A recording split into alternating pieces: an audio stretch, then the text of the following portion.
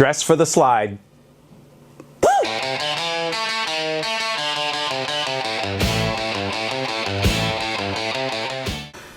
Welcome to Aboveboard Podcast, Episode 8. Dress for the slide. Oh boy, and I have slid several times. So have I. Yeah, so this is sort of a timely episode, and we're going to be going over safety gear, hence the Oakleys, because this is part of my safety gear.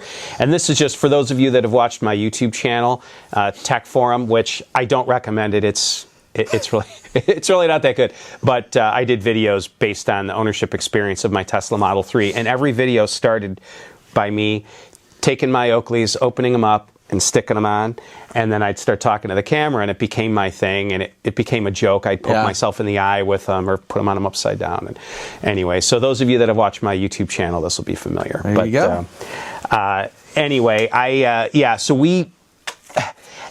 Dave and I don't really talk at length. We don't have a list of, well, for episode 9 we're going to do this, and episode 10 it's just kind of this up in the air. We need to talk about this at some point and that at some point. So yeah, we kind of just, I'm telling you, we just kind of have some ideas during the week, and it just kind of all comes together when we're going to film. It kind of gels right before we film. Yeah, and I kind of just throw it down. So for today we're going to go over a new product release, so spotlight on a product. Yep. We're going to do a rider shout out, which is going to become a regular thing for us, rider shout out. Yeah. Probably every podcast will shout out a specific rider.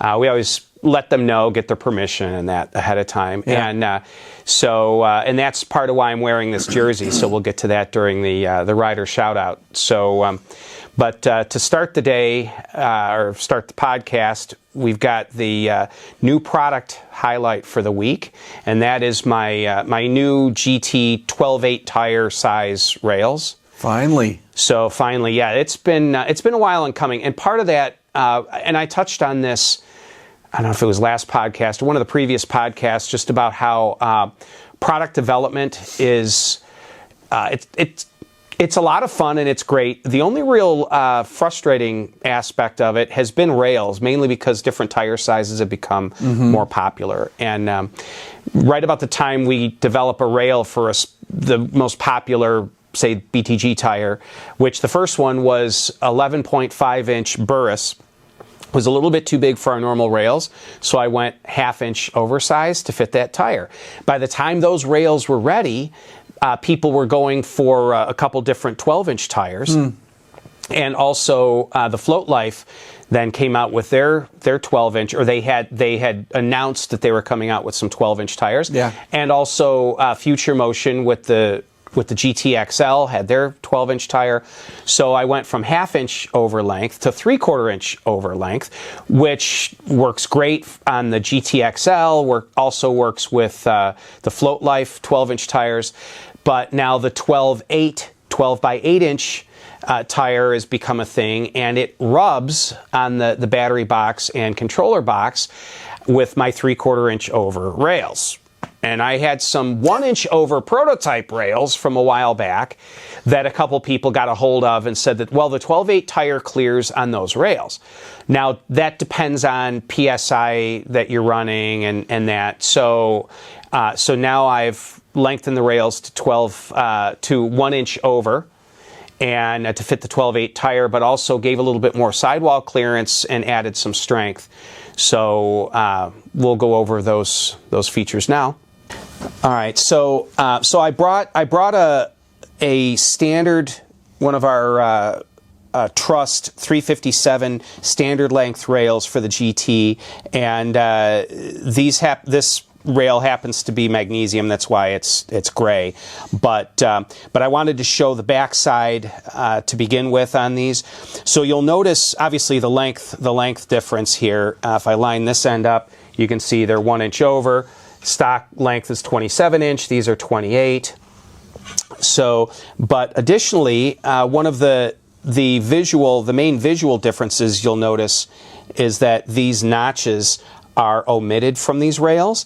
That was done for several reasons, which is a whole nother discussion for another day. But those notches, they solved a couple issues that we had in the past, but it also, that notch, when you stand on the rails, there is compression load on this area. Now, we've never had a rail fold in that spot, but the reality, though, is that a straight shot is a little bit stronger. And again, never had an issue with it, and this was done for a specific technical reason. But still, when you lengthen rails, there is more leverage on the rail, and since we narrowed the side profile of the rails to make more room for the 12/8 tire, I wanted to eliminate that step up and go with a straight shot. So you'll notice on these rails, let's see, I'll show the bottom edge here. So you'll see that we narrowed this section down, and that's to give more sidewall clearance for the 12/8 tire. Now, a few people had expressed concern that narrowing that will weaken the rails. A couple aspects to that. First, they're already narrowed in these sections here on the other rails that we've had, and it's never been an issue. And in fact, even these rails in magnesium, which is a little bit weaker than the 70-75 aluminum that we use, it's still never been an issue narrowed there. So narrowing this has never proven to be an issue. But also, go ahead and show you here, I've broadened this area tremendously all the way through the center and continuing out. This is the high load area. The foot pad is here. So your load is here, and the highest load area would be just adjacent to the axle. And so we've thickened this web tremendously, doubled its thickness in this area. So even though we narrowed it down in this profile, we've increased the area here, which means that we've still got the same amount of material in this narrowed section as we did in our previous rails, and omitting this step means that we've got a straighter stress path. So these rails should theoretically be stronger than the first design. We also broadened this top section as well for added strength and narrowed it for tire clearance. So those are the primary differences. Also, the zigzag trusses, there's been some changes there as well. And but also I wanted to highlight something that I don't know that I've really pointed out before. You see the pocketing out in these areas here. We go way out of our way to make our rails and all of our other components as light as is reasonably possible, but that's not a feature that you see when you're looking at the board, because you would normally be seeing the outside of the rail here, and they look very blocky.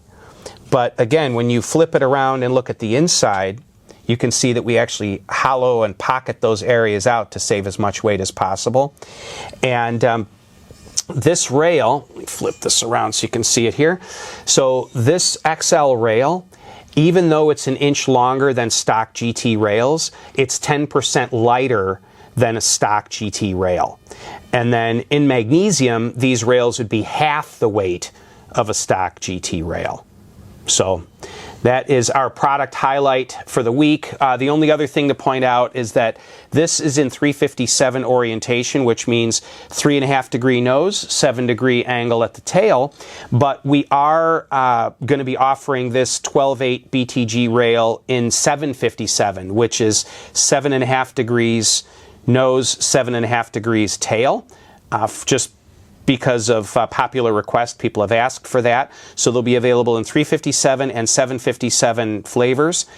This prototype set is undergoing testing. We might add a few millimeters to the rear just for a little bit of extra tread clearance near the battery box, but that's about the only change I can think of at the moment. Well, those look pretty cool. Yeah, that's our product highlight for the week. I'm excited about them, and I know that a few people have asked about even longer rails for the, I guess you can get this tire in 12x9, and when you squish that into a board, now it's even larger and wider. And I'm stopping at this for now, and the main reason, there's a couple reasons for it. One is just wire length. So in order to run, now if a guy's building a Vesk board, he can do whatever he wants with his wire harness. Right. But for somebody that wants to throw rails on a future motion board, or at least just use future motion wire harnesses, there are length limitations. This rail is at the limit of what you can use, say, a GT stator and have the wire still reach the controller box. Yeah. And that's only if you're using ice blocks or other axle carriers that rotate the axle at 90 to give you more wire length. It is the perfect length. I had a test board assembled, and it just makes it perfectly to the connector in the at the controller box, and then obviously we use one of our wire retainers to hold it in place. And you can, admittedly, you can sneak a few millimeters of wire out of the axle, but to go much longer than this becomes a wire harness length issue. Also the chassis harness, same thing. So this is a practical limit. If you've got a GTXL, these rails will drop right on. And so this is where we're stopping as far as extra long for now. Yeah. And excited about it, but all right, that's enough talking about That's products. cool. Well, let's talk about some riding gear. Gear, today's subject matter. Subject matter is definitely dress for the slide, and we've all been there where you just got to make sure that you have the right gear just in case you don't take that fall. Oh yeah. If you ride on the pavement, if you ride on, nice dirt paths, or you're riding the trails with the tree stumps and the tree roots and the water and the mud stuff, you got to be prepared for those things. So we got a couple different versions of stuff that Matt and I use, and start out with when I'm going to go up to like a place called Silver Lake up in Wisconsin where it's more really in-depth mountain bike trails. I'm definitely going to wear a full helmet. Now these things are pretty light. I got this on, I don't even know what website I got. It was about $100. It's a MIPS helmet, so it can definitely, it helps with any type of head injuries. It kind of stops. I think that's what they consider a MIPS. But it's definitely very lightweight, very sturdy plastic. Padding is great inside. And I'll take some pictures and throw it on, the podcast too. But this thing is definitely comes in handy. Well, and based on the visor color, you are in touch with your feminine side. Well, and this visor color, it's funny, will be a different color this season. I'm just giving you a hard time. I wanted something a little flashy, just in case, if somebody was looking back and maybe at one point, if Dave falls off a cliff, just look for the bright pink visor glaring. Because and then when you spin it, it looks blue. So we just had some colors left over, but that is going to be sanded down. I just didn't get it done in time. So, and then the helmet that I use, this is also a MIPS helmet. This is a 1000 brand bicycling helmet, and so this is my wife bought me this helmet. And this is, I'm an avid bicyclist, and so when I told her I was looking for safety gear for one-wheeling, she's used to shopping. She's bought me cycling gear before, so she went right to a couple of cycling sites. And I told her, I said, I don't want a mountain bike helmet that's got that bicycling look. It should be something that has a bit of a skateboard look to it. Absolutely, yeah. So it's just a plain helmet, but really good. The 1000 brand is quite good. It's durable. There is quite the scar on the top. I have gone down and hit my head while riding, while wearing this. And that's why you wear it. That's why you wear it. I also like that it is. It's all magnetic, right? Yeah, it's magnetic latch and slide to unlock. Yeah. So it's quick and easy to put on. So that's my helmet. I also use a helmet called, it's by 888. Definitely like an old skater helmet. Picked it up in the mall. I don't even know the place where I picked it up, but threw some stickers on it. But this one's good just for riding around street and some of the trails that we go on. It's just everyday use. So yeah, minimum you should be wearing a helmet, and probably elbow pads and wrist guards, I would say would be the minimum. Yeah. So let's talk about that. You got your wrist guards. I couldn't find mine. So and it's funny you mentioned 888. That's the wrist guards that I use are 888 and pretty decent. They're known for decent skating stuff, and so I don't remember where I ordered these online, but they're quite good. I haven't been riding with wrist guards my entire sort of one-wheeling career. Normally I would wear fingerless padded palm cycling gloves because the times that I've gone down, I've skinned this part of my hands. Yeah.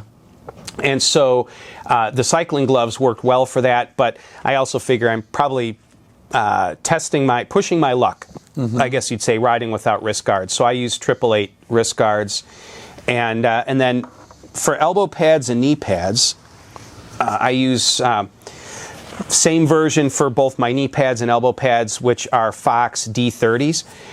These are great. They slide on, and then you can tighten them with the Velcro if you'd like. But these slide on, they stay put. They're breathable mesh on the back side, so you don't sweat quite as much with these as I found with others.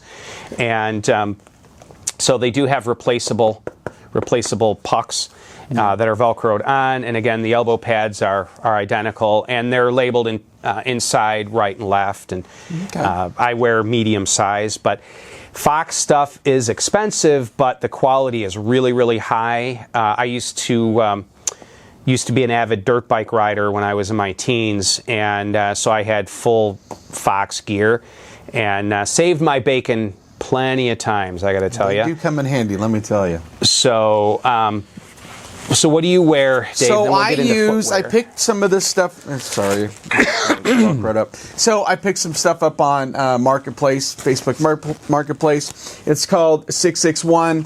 It's a full-on. When you're riding those trails or if you're racing, it'll protect your shins, it'll protect your knees. And then also for my elbows and stuff, I use the same brand, 661, and it's a full-on, I think this is actually a mountain biking type of padding that you can get. But it's nice. It's breathable, it does slip on, you can tighten up. I like it. It's a little lightweight. Bulky. Yep. You gotta always have some gloves. Pick up some gloves on Amazon or Temu or wherever you want to get some. Everybody's got some good gloves out there. Some good padding. You can still use your cell phone and check your battery. The finger still has sensitivity. But this is the stuff I want to talk about. So I'm a big fan of the Float Life, and I wear. Was it about a year ago they started introducing these? I think so. So I have two different versions. I just got the flannel, which I'll show you, and then I do have the hoodie. The hoodie is, it's got the float. It says float on the front, but this is a hoodie that has Kevlar. It's built with some DuPont Kevlar material, and it has padding inside. So it's got padding on the elbows, it's got padding on the shoulders, it's got padding for your back, and they're replaceable if you I don't know how you would break it, but because they're nice and but you can buy new ones. Also, when you buy this jacket, you can buy an insurance on it. So if you really go down for, I don't know, 20 or 25 bucks, I think they'll replace it for you. I don't know if it's a full replacement, but you do get a discount when you actually utilize that insurance. So that's the hoodie. This is the flannel. Same kind of gear. Everything's on there. It is awesome. Much more lighter weight for when it gets a little bit nicer out. But I mean, look at that for the back. I mean, yeah, that's great. That's pretty cool. This is, and the quality is phenomenal. They are a little pricey, but it is kind of a one-time purchase. Quality. Though. It's insane. I view safety gear as like a one-time purchase. Oh, This is so good. And, if you can vent it out. There's some vents right here. You can undo this, if it's get a little hot. Definitely a must. Actually, I saw Buster. He wears them. And I was noticing, wow, he's always got that nice hoodie they have pants on. They have pants, too. They do have with pants. Hip protection and they just and all came that. out with the new pants, too. And it's a new style. They got all the sizes now. I know they have black, maybe a gray, and I think they have a tan, but I know for 100% sure they got a black one. Again, you're paying for quality. Yes, they are pricey, but if you the go down price of your life is worth how much? It's kind of like a seat belt or an airbag in a car. I'm never going to need it, But the one time you need it, you're really glad you have it. And so the worst time I've gone down on the pavement wasn't on a OneWheel, it was on an electric skateboard, but same difference. At 25 miles an hour, my front truck went into a hole, so the board completely stopped. I can't believe it didn't harm the board. The board stopped, and I face planted, and I slid, and I got up, and I had gloves on, I had a helmet on, but I didn't have any elbow pads on. I had a long sleeve shirt on, shredded the sleeves. Both my arms were bloody. I mean, bloody, as in it was dripping off my elbows. Just made hamburger out of my arms. And so I'm like, all right. I need elbow pads at least. And the funny thing is, I'm willing to ride without knee pads necessarily, mainly because I think that. For one thing, the times I've gone down on the pavement, if I have hit my knee, it's always been a little bit of a bump or a light skin, but my elbows get it horribly because your torso has a lot further to go. You Superman. And but if I'm going to be doing any aggressive riding at all, I put everything on. But again, the minimum I'll put on is elbow pads, my wrist guards, and my helmet. That's the minimum. So aside from that, shoes. I have mentioned my beloved Adidas Cloud Foam several times, so I decided to wear them today. This pair is getting kind of worn out. I need to replace them. The bottom is just about slick. But these are, they're super lightweight, very breathable. There's no laces, so they slip on, slip off. The foam on the bottom does work really well as far as sticking to grip tape or studded foot pads. It is a light foam though, so they wear slick pretty quickly, but they don't cost a whole lot, and they keep changing the design. Every pair I've gotten has been nicer than the pair before.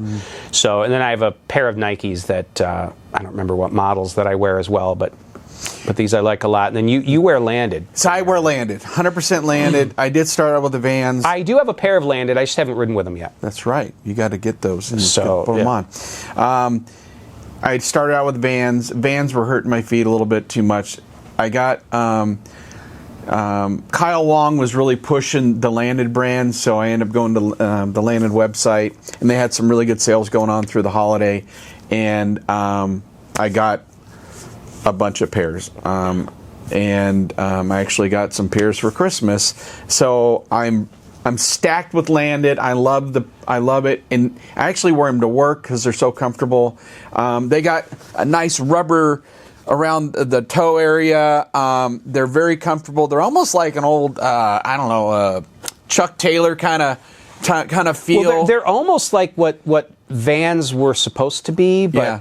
And I agree with Vans. I've had a pair of Vans. I liked them a lot, but they didn't fit my feet correctly. Yeah.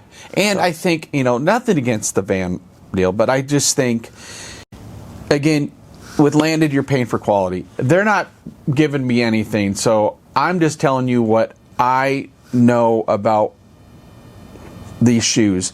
Where I work on a daily basis is completely concrete floors, and the soles in these shoes are phenomenal. And it's hard to find a pair of shoes when you're working on warehouse floors for 12 hours a day that your feet don't hurt. Yeah, and that's another thing too. So I have 3 different pair of shoes that I wear for normal day-to-day stuff, and it depends on what I'm doing. Yeah. You have to have the right footwear depending on what you're doing. So, like, I've got a pair of shoes that are fantastic for walking, not so good on my board. Not sure why, but I get I get cramping in my arches when I'm on my board. Yeah. Dave knows every 10, 15 minutes. I'm like, Yeah. dude, stop. I got my arches are cramping. And I've tried multiple different pairs of shoes. Some shoes are way better with that than others. But it's funny because the shoes that are best for my feet on my board aren't necessarily the best for walking.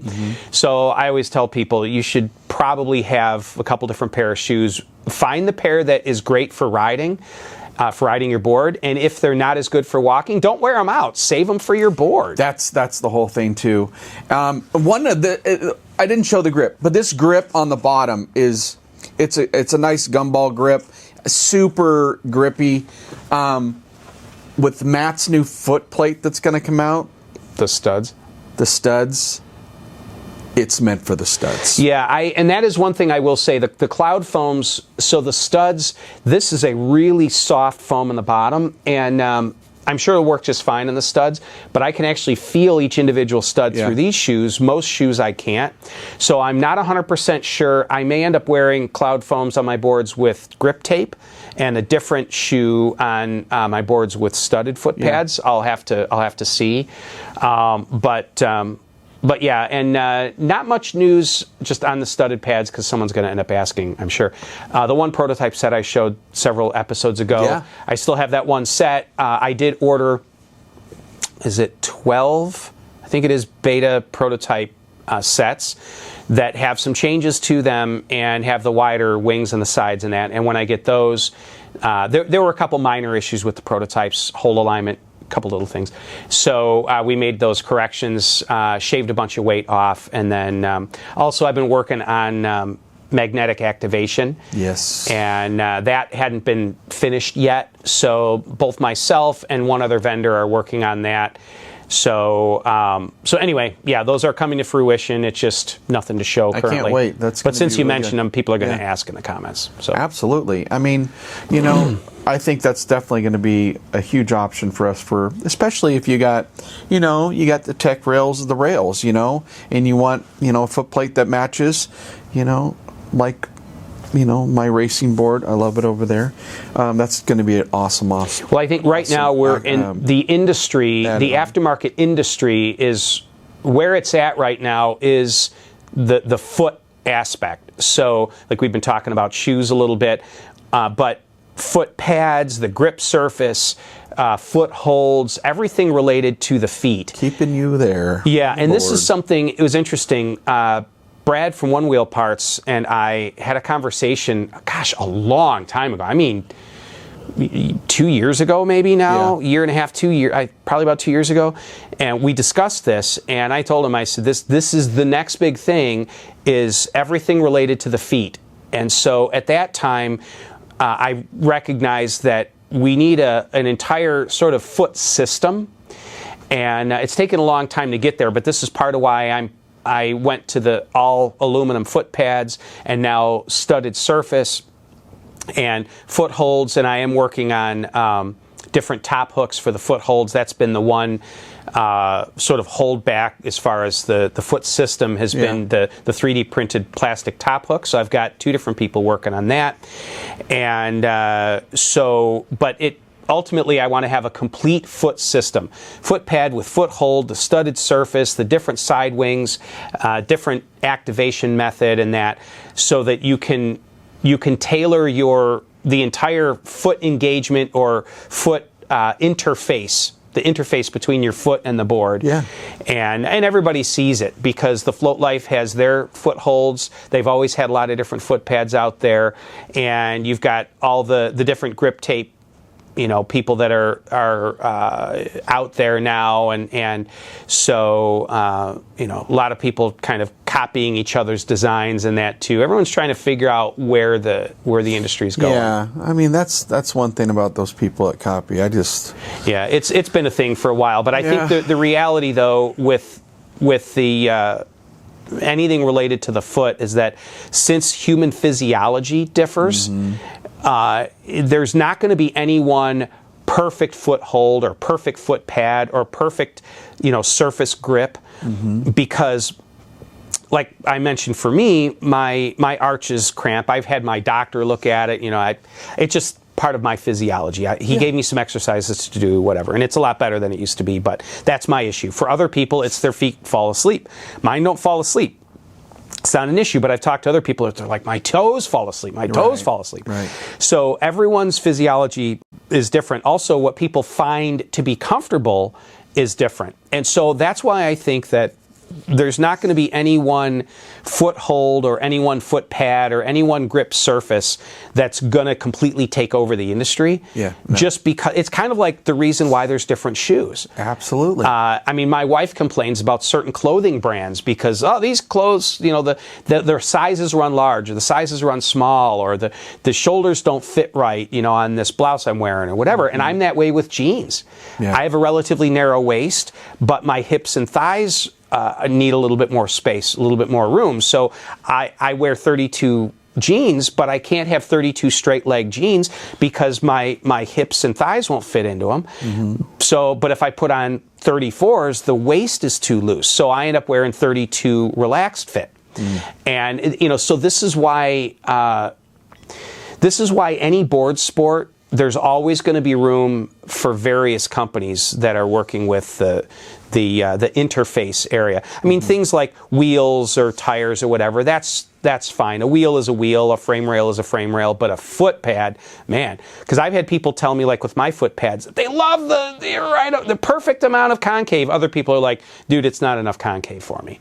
You know, someone with really small feet, your foot pads are way too big. Other people with huge feet, they're like, I love the big foot pads. Can you make them any bigger? Right. You know, so everybody's got their preferences. Yeah. And so. You know, Future Motion does too. I mean, they have the low boys like that are on here and that are refinished and redone. And by the way, their foot pads they're doing a better and better job with their foot pads. Absolutely. I mean, I got to give credit where credit's due. I'm not a big fan necessarily of their foot holds. Yeah. They're not bad. I just want something that goes over my foot a little bit more. But the foot pads, they've been doing a pretty good job. The wooden foot pads probably are the best feeling pads that I've experienced that Future Motion sells directly. Much like a skateboard, honestly. Yeah. But like what you just said, yes, their whole setup with what's the system called? FST. The FST system. They do honestly need to come out with some. And it'd be easy to do because they can add them right on. Yeah, but I mean, people have hobbled, you know, either my footholds or others. Maybe they have on there, that in the works, and they don't. Hopefully they do. You know, so it would, and I would assume that they probably will. Yeah. That's the beauty of a system, and they see it too. Again, an entire foot system because now they got the foot pads with the slots and the different foot holds that can go on there. Yeah. So everybody sees it, both the factory and the aftermarket. Right. We all see it. So. Right on. So yeah. Okay, so you have somebody to shout out, huh? Yeah, so this week's rider shout out is Steve Schoonmaker. Steve Schoonmaker. So hence the jersey. This is a jersey that was designed. Steve designed these jerseys, oh my gosh, what was it now? 3 years ago? Maybe 3 years ago now. Yeah. And did a fantastic job. And he took my... So you got the guy in the... My graphics, and... these are the XR style switchblades. This represents a beadlock wheel. Yeah, and that's cool. You know, my character on the front there. Who came up with the character? So the character was Matthew Sargent initially. So before the podcast started, you know, I mentioned the golf course up the road.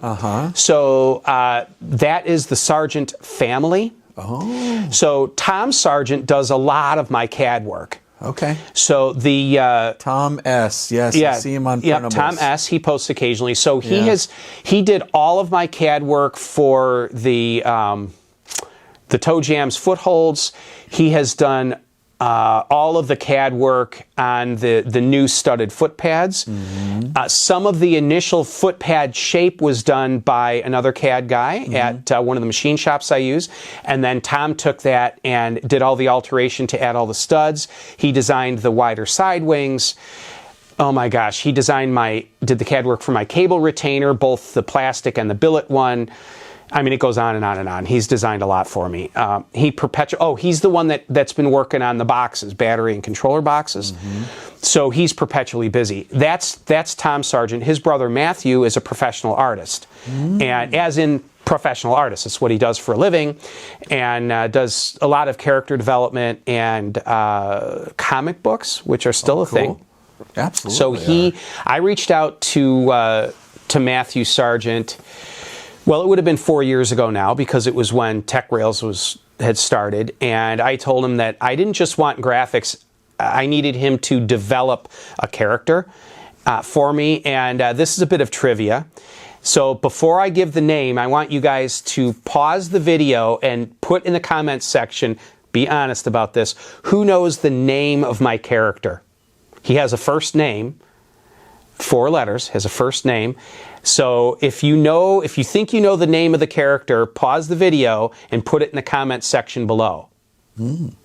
So, and I'll get to his name in a second. But so when I reached out to Matthew, I said, all right, I need you to come up with a character. So he came up with my original character, which was done as a character on a OneWheel. He's crouching down. He's holding the side of the board just like a skater would do, jumping. Because that character was made back when I knew nothing about one-wheeling, really. And the one-wheel scene hadn't really matured all that far yet. And I'm thinking, are people going to be grabbing the side of their board and jumping like they do with a skateboard? How's this going to work? So he's riding an XR with my first ever trussed rails on it. That's that artwork. And also, speaking of the artwork, Steve Schoonmaker, also shout out to him for working with Matthew Sargent on another one of my sticker, one of my more character development. So my character, whose name is Luke. So it was weird. I looked at him. I'm like, he looks like a Luke to me. So I named him Luke. And then there's maybe an OG can fill me in on how this works. But apparently before my day, so call it 6, 7, 8 years ago, whatever, the name Luke means something in the one-wheel scene from back in the very, very early days. I think before the XR, back when the Plus was the hottest board. Anyway, because I came up with the name Luke, and everybody's like, Luke, what a perfect name. Oh, Luke. So Luke, like the OG, haha. And I nobody still has explained to me where that comes from. But I named him Luke. And some relic stuff out there. So so Steve Schoonmaker, I think, let's see here, this would have been maybe for my 50th, I'm 54, maybe it was for my 50th birthday, but it was for one of my birthdays. Steve Schoonmaker somehow got a hold of Matthew Sargent, and I don't know how he did this, but he got a hold of Matthew and had him develop a graphic for me. And maybe in celebration of this, I'll have some extra large stickers made that I can give away. But it's me, as in bald head, Matt dude, standing there and pointing at a board, and there's Luke, the Luke character, with my Mad Max suspension board. So there's me and Luke in one graphic, and I have a sticker that I make. I used to give them out. I might be out of them, but I've still got the graphic, and I have batches of stickers made. And that was, Steve got together with Matthew Sargent, hired him to make this, to take my image and put it on a sticker with the Luke character, as though we're communicating back and forth. And so it's me standing there with the Mad Max suspension skateboard, and Luke, I believe, is crouching down, riding a board with my original truss rails, and looking at the suspension board. That's pretty cool. So it's the two of us there, and he. So that was. Steve sort of commissioned that, and I think he got a few people maybe to pitch in on the funding the artwork, but that was a birthday present for me, and it was touching. It was great. It was great. It was cool. It was actually kind of moving. Yeah. I was totally shocked by it, and so yeah, Steve's a good guy. He's become a real close friend of mine, and early on he was a bit reserved I wanted to get to know him better, and he was a bit reserved, and so it took a while to build his trust, which I broke that trust, and we got into this a while back on my apology thing, and but then had to re-earn the trust back, and so Steve he's stuck with me. He's been a fanboy for a long time, and he back when the Vesk scene was very, very new, Steve was delving into it, and so he had become my sort of rep for anything Vesk related. Mm-hmm. And now I'm focused primarily on just the FM platform specifically. The Vesk scene has gone, it's kind of its own way, and a lot of my products carry over, but I'm not necessarily developing products specifically targeted at the Vesk community only. But the products that I was working on, Steve was primarily my rep for the Vesk stuff. He still gets dealer cost on anything that he buys. He does a lot of builds, complete board builds. So shout out to Steve. Everyone reach out to him, give him some love, send him DMs. Sounds good. He yesterday, I think he told me over DM that he had just finished another board build with some cool LEDs under the foot pads. He has used my Halo foot pads when they're available. They're always spotty in availability because of production issues, but then he's also using the Cush clear foot pads. So, so have you had any communication with Steve online? No, I have not.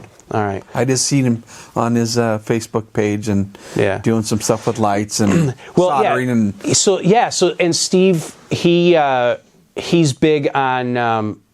he enjoys lock picking as a cool. Fun hobby, and it's always good to have a lock pick around. Well, I'm telling you what, I might need his skills at some point. That, and he's got some other magic tricks or different things that he does. So he's got a lot of different hobbies. Cool. Good guy, and Carolyn, his daughter, they're great people. So, and I've seen Steve go through a lot of stages of life, and buying his house and all that, and so good guy. And so we next we're going to talking about the jersey that Steve designed. We're going to lead into an update on Aboveboard jerseys. Right, Aboveboard jerseys. A lot of you guys have reached out to me and want a jersey, so we redesigned the jersey.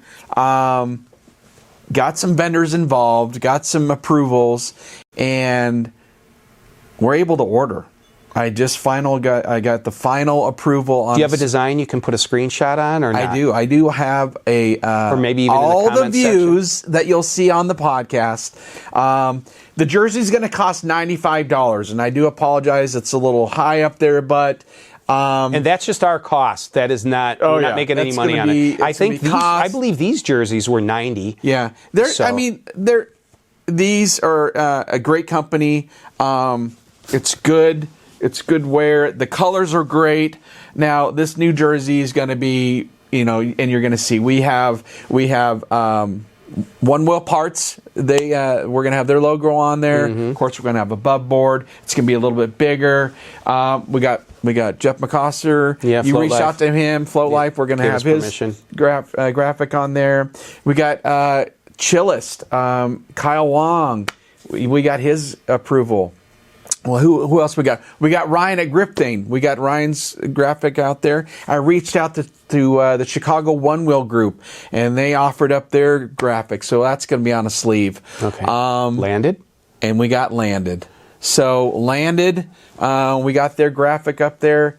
And then we do have Tech Rails right across the back.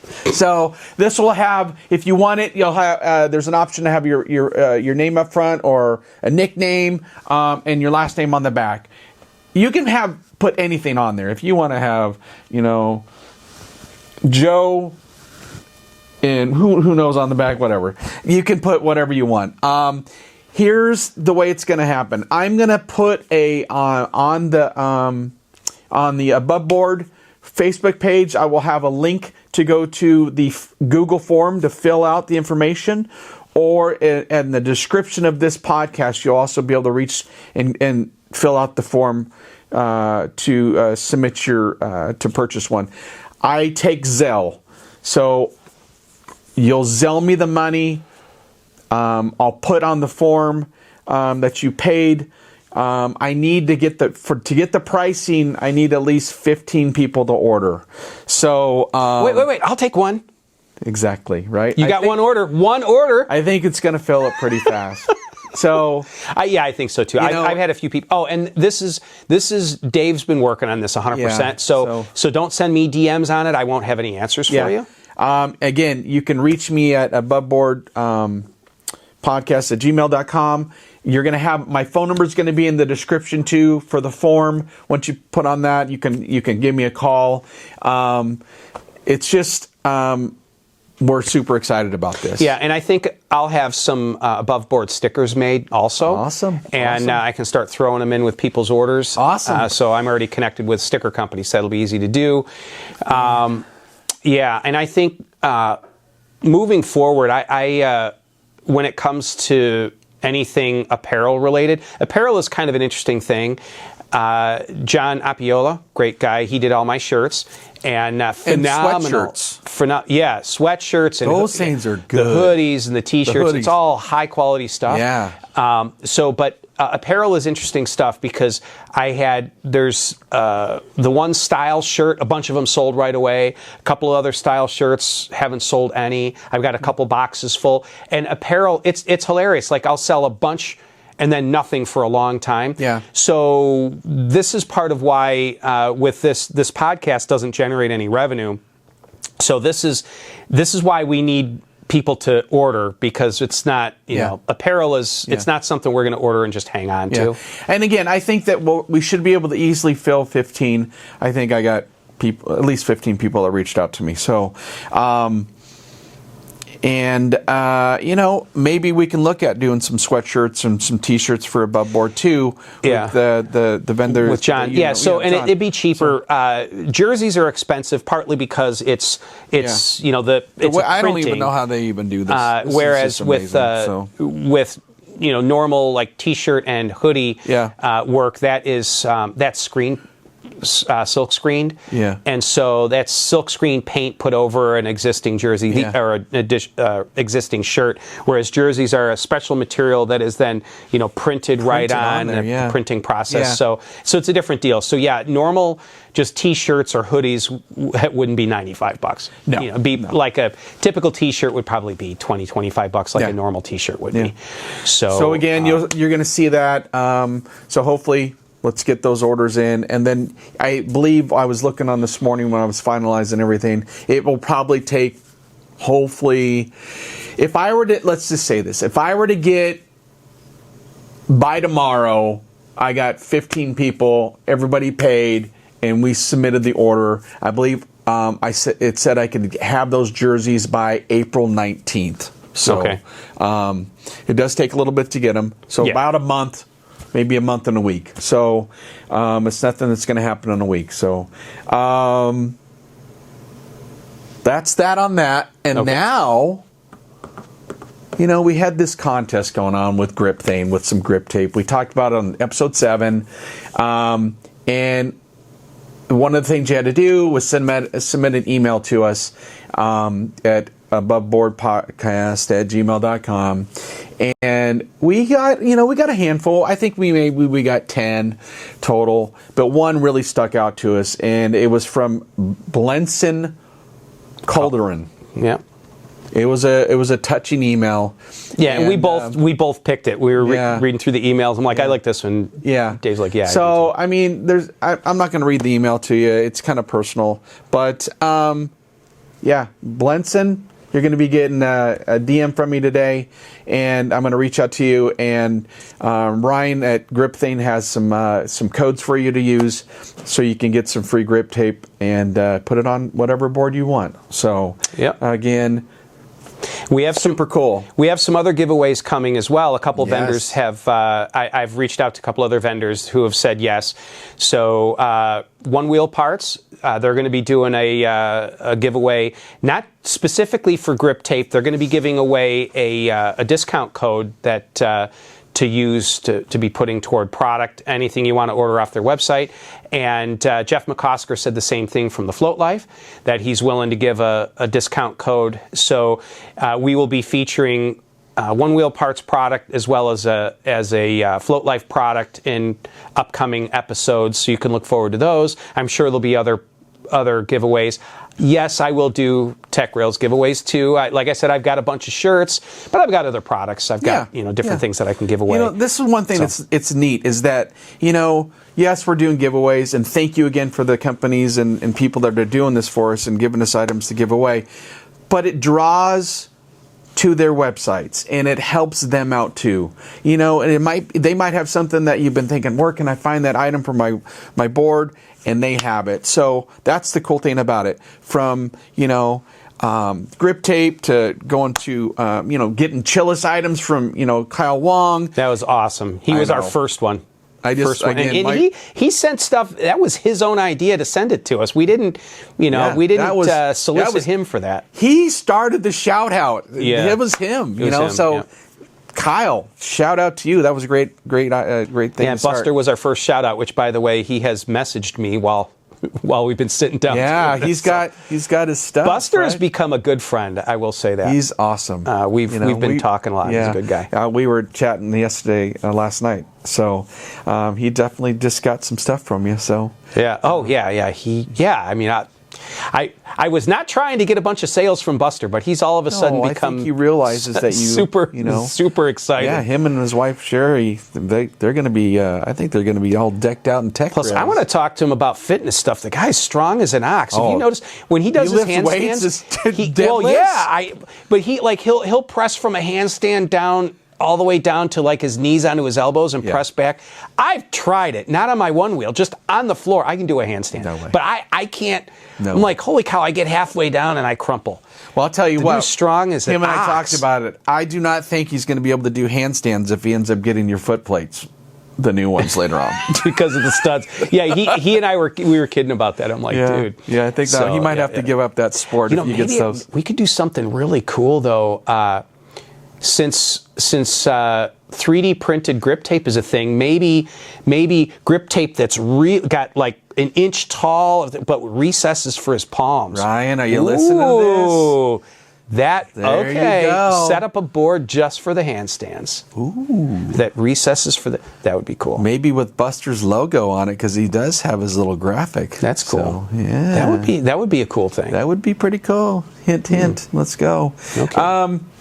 What do you think, guys? I think that's about it for today. Yep. All right. Yeah, it was a lot of fun. I'm glad we talked about the safety gear. It was important. Yeah, it's good. And and it's going to come up again because it's always something we should be bringing up. Every 5. Especially any of the younger guys that are watching. Yeah. It's wear it. I mean, I've crashed street bikes, dirt bikes, bicycles, you name it, and I've hurt myself pretty bad. I've ended up in the hospital before, and safety gear can prevent. Back when I was a kid, I was a huge skater back in the day, and we used to go to this high school, and we would take these jumps on our skateboards, push them over because that's the only way you could take them, wheel them over on the boards. The boards were like the wheels for it. Set it up and jump. They had really nice concrete over there at this high school we used to go right at. I won't name the high school, but one time I jumped. I knocked myself out. I was out for 5 minutes, and all my friends are surrounding me going, "You were out for so long." I knocked myself. Well, we were also grew up in the era where our parents were like, we're Gen X in our 50s. Get out of the house. Go play. Go do something. Go do something. Yeah. Now the world is a different place. And back then, I'd go out on my bicycle sometimes without even any shoes on. Yeah. And I just shorts and no shirt, come home, burnt to a crisp, sunburnt to a crisp, beaten and bruised and bloodied from crashing my bike a half a dozen times that day. And you go home and Mom would spray Bactine on my skinned knee, which was the most agony. I can appreciate what labor pains must feel like because I have endured Bactine on a skinned knee. Well, I'll tell you what, it's funny. I was looking at Facebook and Bart Miller put this. Bart posts some of the greatest stuff. Did you see what he put this old school kind of like if you were older boarder or something like that, you'll remember this. And he put on Huey Lewis in the News. Oh my gosh! I was like, "Let's go! That's awesome!" That's this old time stuff that we used to all listen to. I have a feeling that when Future Motion was, in the throes of their Kickstarter campaign and starting their company, with the popularizing the OneWheel platform, I'm sure they had no idea what the demographic would be for these things. Yeah. I'm sure they were probably assuming it was the 18 to 20, 21-year-old set. People that had a few bucks, but that were still very young that would buy them. But it's mostly guys that are, there's a lot of younger people. We've talked about this. We really want to see more youth come into it. But there's a lot of guys our age that are into it. It's a thing. And so safety gear is even more important because a kid can fall down and bounce and get up. Yeah. An adult falls and we fall down and we break. Stay down. We fall down, we break, and part of that is that your skeleton just isn't as durable. But you put on a few pounds. Think about what you did, like a 70-pound kid goes boink. A 200-pound adult goes wham, and they kind of stay there. We leave a stain on the pavement, and or we'll dent the pavement when we go down. So hey, I want to say one thing real quick. I've been thinking about this topic to maybe add to the podcast, and I think it's going to be good. And you don't even know about it yet. So what if we maybe you'll have to edit this out if it turns out to be a bad idea. It's going to be good. It's going to stay in. I think it's going to be great. So at the end of every podcast, I want to put up a picture of a trail or a view or something, and I'm going to put, would you ride this? And I think that'll cause discussion, some chats after the podcast, and then we can talk about it maybe in the next episode, what people thought about it, right? So I'll flash a picture of something gnarly, and say, hey, would you ride it? Well, that's it's not all that uncommon with in the mountain bike scene. People post pictures. Would you be willing to ride this? So, it's usually a drop off. I would also like or an uphill. I think it would be a good idea too for people to email pictures of either trails or whatever. Videos, and, pictures. Let's do it. Short videos, pictures. We'll put them up on the podcast. If you want to post it on the the Facebook page, either on Tech Rails or the Aboveboard Podcast Facebook page, that'd be cool too. Then we can snag them off that way. Yeah, we can post viewers' pictures and short video clips and that. All right, guys. We'll see you next week. All right, keep it above board. Above board.